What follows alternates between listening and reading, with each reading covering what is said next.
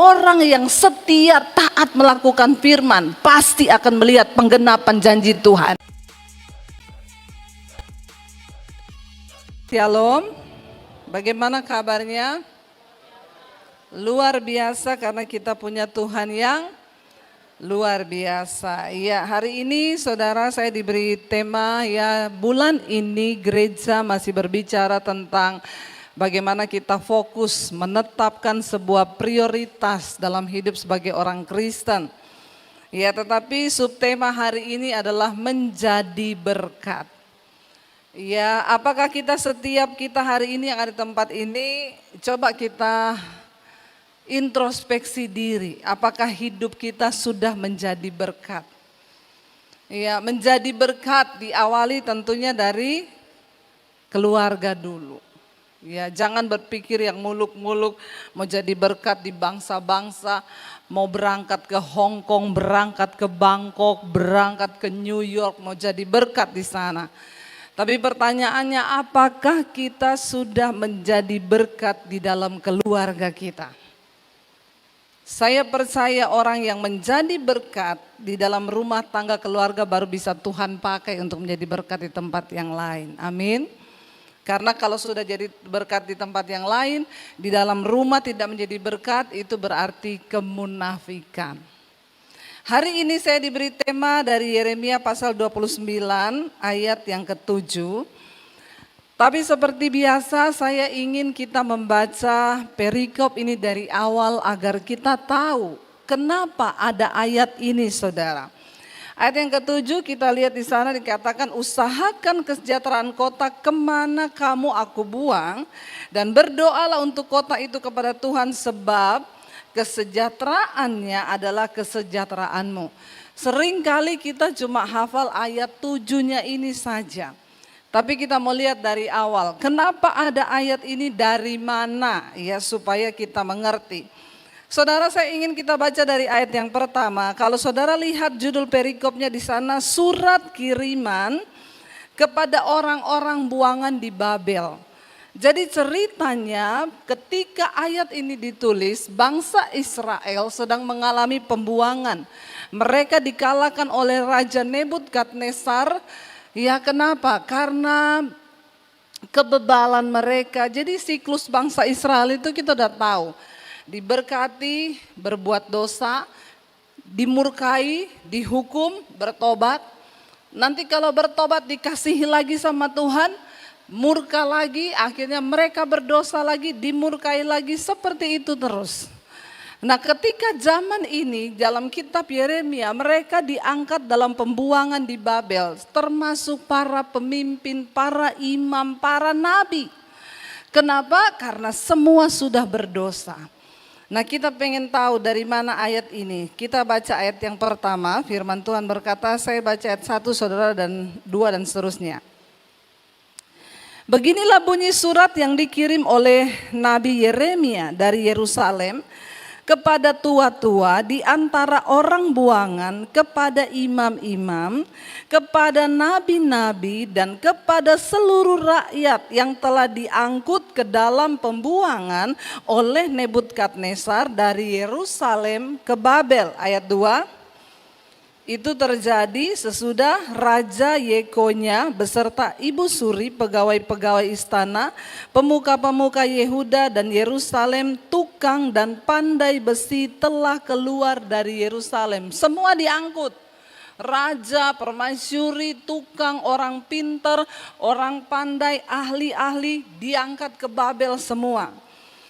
Ayat yang ketiga berkata, surat itu dikirim dengan perantaraan Elasa bin Safan dan Gemaria bin Hikia yang diutus oleh Sedekia Raja Yehuda ke Babel kepada Nebukadnezar Raja Babel. Bunyinya, jadi kerajaan Israel terbagi atas dua kerajaan pada zaman itu, utara dan selatan, ya, Yehuda dan Yerusalem. Lalu ayat yang keempat berkata, beginilah firman Tuhan, ini isi bunyi surat dari Yeremia, nubuatan yang Tuhan sampaikan. Beginilah firman Tuhan semesta alam Allah Israel kepada semua orang buangan yang diangkut ke dalam pembuangan dari Yerusalem ke Babel. Dirikanlah rumah untuk kamu diami, buatlah kebun untuk kamu nikmati hasilnya. Ambillah istri untuk memperanakan anak laki-laki dan perempuan. Ambilkanlah istri bagi anakmu laki-laki dan carikanlah suami bagi anakmu perempuan. Supaya mereka melahirkan anak laki-laki dan perempuan agar di sana kamu bertambah banyak dan jangan berkurang. 7. Usahakanlah kesejahteraan kota kemana kamu aku buang dan berdoalah untuk kota itu kepada Tuhan sebab kesejahteraannya adalah kesejahteraanmu juga. Ayat 8, sungguh beginilah firman Tuhan semesta alam Allah Israel. Janganlah kamu diperdayakan oleh nabi-nabimu yang ada di tengah-tengahmu, oleh juru-juru tenungmu, dan janganlah kamu dengarkan mimpi-mimpi yang mereka mimpikan, sebab mereka bernubuat palsu kepadamu demi namaku. Aku tidak mengutus mereka, demikianlah firman Tuhan. Ayat yang ke-10, sebab beginilah firman Tuhan, apabila telah genap 70 tahun bagi Babel, barulah aku memperhatikan kamu. Aku akan menepati janjiku kepadamu dengan mengembalikan kamu ke tempat ini. 11 ayat hafalan kita, baca sama-sama. Sebab aku ini mengetahui rancangan-rancangan apa yang ada padaku mengenai kamu. Demikianlah firman Tuhan, yaitu rancangan damai sejahtera dan bukan rancangan kecelakaan, untuk memberikan kepadamu hari depan yang penuh harapan. Jadi kita tahu konteks dari ayat ini. Kenapa ayat ini keluar? Dia konteksnya waktu itu bangsa Israel sedang dalam pembuangan. Karena ketidaktaatan mereka dibuang. Tapi Tuhan itu luar biasa. Namanya bangsa pilihan. Mau dimurkai, dibuang, tetap diperhatikan Tuhan. Kenapa Tuhan izinkan mereka dibuang? Supaya mereka bertobat. Saudara, hari ini sedang ada di manakah engkau? Saya tahu dan saya mengerti. Berada di dalam pembuangan itu, saya mau tanya, enak atau tidak? Enggak enak. Kenapa enggak enak? Karena mereka harus keluar dari zona nyaman. Bayangkan udah punya rumah di Yerusalem, menikmati segalanya, tiba-tiba datang Babel menyerang Yerusalem, Nebukadnezar menaklukkan semuanya, dibawalah mereka ke Babel. Tidak enak, mereka harus pergi dengan paksa menjadi orang-orang buangan di negeri orang, disuruh kerja di Babel. Tetapi dalam keadaan tidak enak pun Tuhan masih berfirman. Hari ini engkau ada di dalam keadaan yang tidak enak sekalipun, asal engkau masih mendengar suara dan tuntunan Tuhan, itu masih harus berkata puji Tuhan. Kenapa? Karena tujuan Tuhan itu pasti mendatangkan kebaikan bagi hidup kita. Di tengah keadaan yang tidak enak, Tuhan suruh bangsa ini tetap menjadi berkat. Kamu harus tetap menjadi berkat sekalipun tidak enak. Bagaimana Tuhan menuntun mereka? Yang pertama di sana dikatakan apa tadi Tuhan bilang sama mereka? Kamu di pembuangan jangan jadi batu sandungan. Itu di negara orang. Ya, jadi Tuhan berkata yang pertama, bagaimana kamu jadi batu sandungan? Dirikanlah rumah untuk kamu diami, buat kebun untuk kamu nikmati hasilnya, supaya hidupmu jangan jadi batu sandungan. Jadi berkat artinya apa? Pertama, kita harus bekerja, buat kebun, bikin rumah, supaya jangan susahkan orang. Katakan amin. Saya nggak bisa beli rumah, Bu, belum bisa bangun rumah, ya sudah, ngekos enggak apa-apa, asal jangan jadi batu sandungan. Ya, ngekos nggak masalah, yang penting jangan jadi batu sandungan. Pinjem uang kanan kiri di tempat kos-kosan, wah itu udah terkenal, Bu, kalau minjem nggak pernah balik. Di sini tidak ada, amin. Kalau ada jangan angkat tangan, nanti kita baptis ulang. Direndam berapa? 15 menit. Nanti buka mata langsung di rumah Bapa di sorga. Lebih baik tubuhnya binasa tapi jiwanya selamat. Banyak orang Kristen tidak menjadi berkat, utang tidak bayar. Kita ngomong jadi berkat nomor satu uang dulu deh. Kalau hidup kita tidak bisa dipercaya dalam hal uang, maka tidak mungkin dalam hal yang lain kita dapat dipercaya.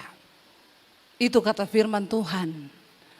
Bagaimana hidup kita menjadi berkat, saudara? Jangan jadi batu sandungan. Ya, di RT kita, sudahkah kita jadi berkat? Itu Bu, rumah itu paling terkenal. Bayar iuran sampahnya, nggak pernah bayar. Padahal itu orang Kristen loh, kata tukang sampah. Ya kalau di RT suruh bayar nambah, ini nambah ya iuran sampahnya jadi 50.000. Nggak usah marah-marah, nggak usah bersungut-sungut. Saya di tempat saya RT berapa sampahnya Pak? 20.000. Saya bilang kasihan banget tukang sampahnya makan apa? Saya kasih 100.000, katakan. Itu orang Kristen. Jangan pelit, orang kikir gak masuk surga. Bilang amin. Bapak-bapak jangan pelit, amin. Ibu-ibu juga, amin. Kita ini kan dapat kesempatan jadi berkat, terus juga anugerah loh saudara. Ya, jangan sampai saudara tuh di RT terkenal orang antik. Itu antik kok Bu.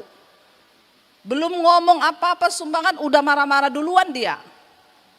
Itu banyak saya dengar orang Kristen yang tidak menjadi berkat di lingkungan keluarga, di dalam lingkungan bertetangga. Biar kita ini dikenal sebagai suratan Kristus yang terbuka. Ya, saya kasih tukang sampah 100.000 plus sembako tiap bulan. Bagaimana dia tidak senang mengambil sampah di rumah saya? Kadang bukan hanya sampah, kue saya kasih saudara. Jadi dia suka. Ada orang bayar sampahnya telat terus, itu udah marah-marah, dinaikin 5.000 aja marah-marah. Udah gitu kata tukang sampahnya, itu Bu paling telat, sampahnya paling banyak. Kata tukang sampahnya, kalau orangnya ada di depan sih mau kalian saya angkat masukin tong. Karena jadi sampah Mas ya. Ya, jadi berkat saudara, nggak usah muluk-muluk. Nomor satu dalam hal uang dulu, jangan pelit. Bapak-bapak, ya engkau juga di dalam keluarga harus menjadi berkat bagi istri dan anak-anakmu. Ya, jangan sampai di dalam rumah saja kita tidak menjadi berkat. Bagaimana kita bisa jadi berkat di luar? Kita nggak usah ngomong muluk-muluk saudara. Kita mulai dari rumah tangga kita terlebih dahulu menjadi berkat. Tuhan bilang nomor satu, bangun rumah, bikin kebun, tanami dari hasil tanahmu, kamu akan hidup, kamu akan makan. Jangan meminta-minta, selama Tuhan kasih kita kesempatan, itu pasti Tuhan kasih kita kekuatan untuk berjuang di dalam hidup ini. Saya dapat telepon dari seorang wanita, Bu saya mau bunuh diri Bu. Kenapa ibu mau bunuh diri? Saya ini istri simpenan. Terus sekarang suami orang itu yang simpen saya, dia memutuskan balik sama istrinya. Dia enggak mau kasih saya bulanan lagi. Saya bilang puji Tuhan, haleluya 12 kali. Lah ibu mau bunuh diri kenapa Bu? Itu puji Tuhan, haleluya 12 kali. Itu kesempatan Tuhan berikan supaya ibu bertobat.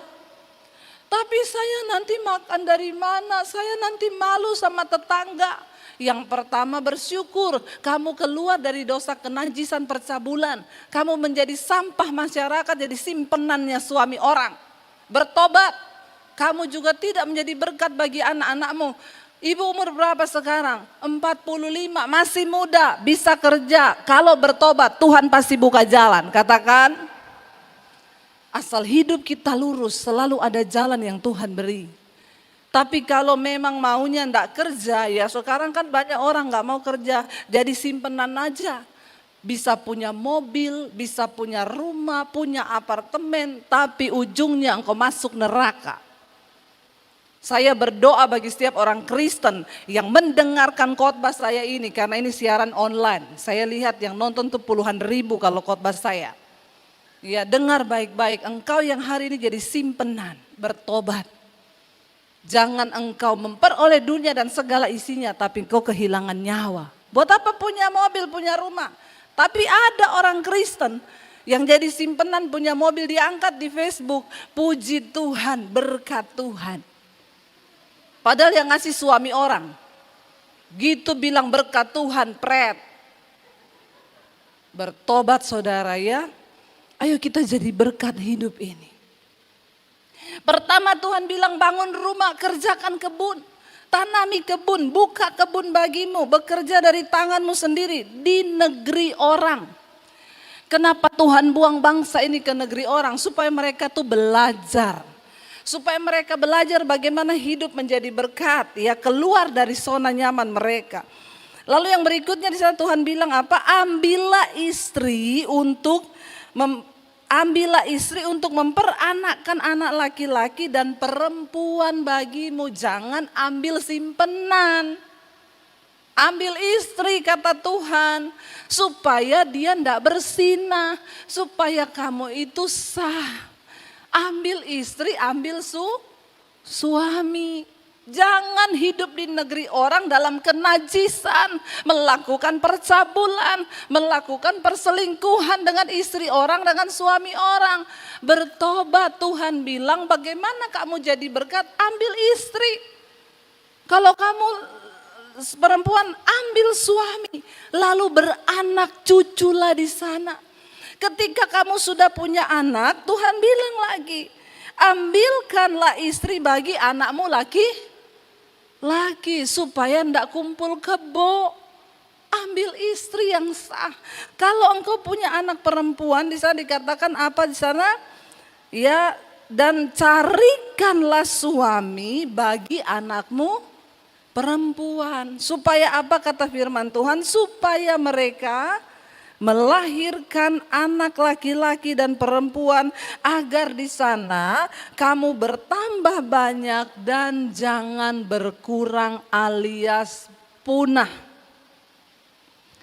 Tapi zaman sekarang itu saudara, apalagi di luar negeri ya, kita lihat orang-orang sekarang bergeser nilai-nilainya, mereka itu banyak tidak mau punya anak. Tidak mau terikat dalam ikatan pernikahan. Jadi di luar negeri itu mereka bilang ya udah kita pacaran tinggal bareng, oke, kumpul kebo, yang penting jangan punya anak. Jadi kalau kita sama satu kali nanti mau pisah ya pisah aja, nggak ada ikatan. Itu yang terjadi sekarang. Dunia semakin bergeser. Tidak menjadi berkat kalau orang itu hidup sama-sama tapi tidak menikah. Tuhan bilang carikan anakmu istri. Carikan anakmu suami supaya mereka tuh beranak bercucu di sana. Lalu di sana dikatakan apa?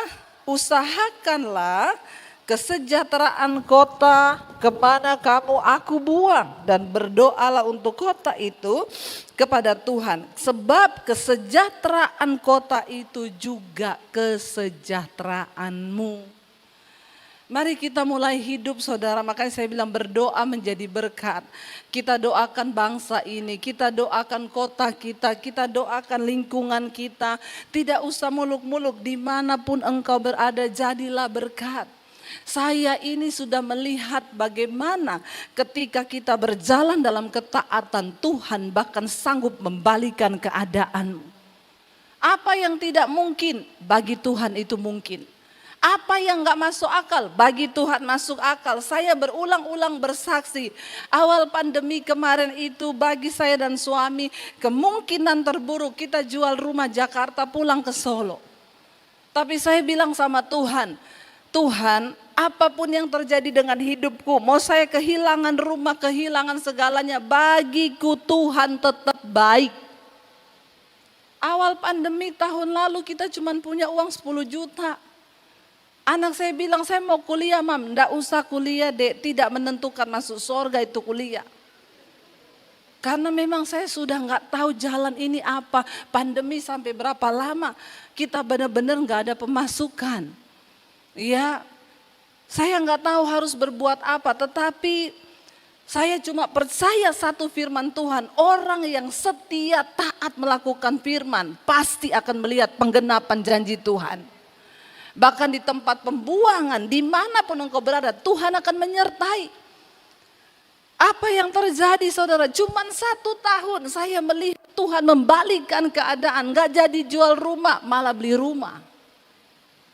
Wow, gak Tuhan kita. Tuhan kita ajaib. Ya, bahkan beberapa waktu yang lalu saudara yang ikuti IG saya, mungkin saudara melihat saya angkat, saya diberi mobil saudara. Bukan dari simpanan saya loh.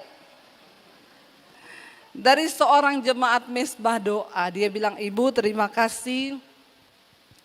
Ibu tidak pernah mengenal lelah memberitakan firman siang dan malam. Karena saya bilang, memang panggilanku itu adalah menyampaikan firman. Makanya saya bingung kalau pandemi gini banyak pendeta nganggur. Pendeta tidak boleh nganggur. Kita dipanggil untuk memberitakan Injil. Ya, lalu saya pernah ngomong sama suami saya, ini kan keadaan keuangan kita sudah mulai lumayan. Bolehlah saya beli mobil untuk pelayanan. Supaya kalau kamu pakai mobil saya bisa pelayanan, enggak usah naik Grab. Kenapa saudara? Karena saya pernah pelayanan naik Grab. Mau pelayanan ke Kelapa Gading. Di cabang ini tapi yang Kelapa Gading. Naik Grab saudara. Mau pelayanan ke Kelapa Gading turunnya di Sentul. Ajaib itu Grab. Saya udah bilang, Pak, Bapak tahu jalan ke Kelapa Gading? Oh tahu Bu, itu daerah kekuasaan saya. Oke, saya tetap hidupin map ya Pak. Enggak usah. Saya bilang, Google Map-nya bilang, ambil jalan keluar di sebelah kiri. Pak, kata Google kita keluar sebelah kiri. Oh enggak usah dengerin dia Bu. Ibu ngapain dengerin Google itu kebanyakan salah. Pak, saya sama suami setiap kali pelayanan kemana, kami ini nggak tahu tempatnya, tapi pakai Google Map selalu benar. Satelit dilawan saudara. Udah gitu tidak tahu tapi sok tahu, dan dikasih tahu tidak mau. Cilaka memang, orang Kristen banyak begitu, akhirnya tersesat. Saya bilang, Pak keluar loh. Enggak Bu, saya tahu, tenang, pokoknya ibu tenang saja. Lurus lagi saudara. Dia bilang lagi, Google Map-nya bilang lagi, keluar sebelah kiri. Pak, kata Google Map keluar. Enggak Bu, ibu tutup aja itu, matiin. Bener, dia bablas terus. Saya lihat, Pak, di depan Sentul. Saya sudah garuk kepala dari Kelapa Gading, udah telepon, ibu sudah sampai mana ya?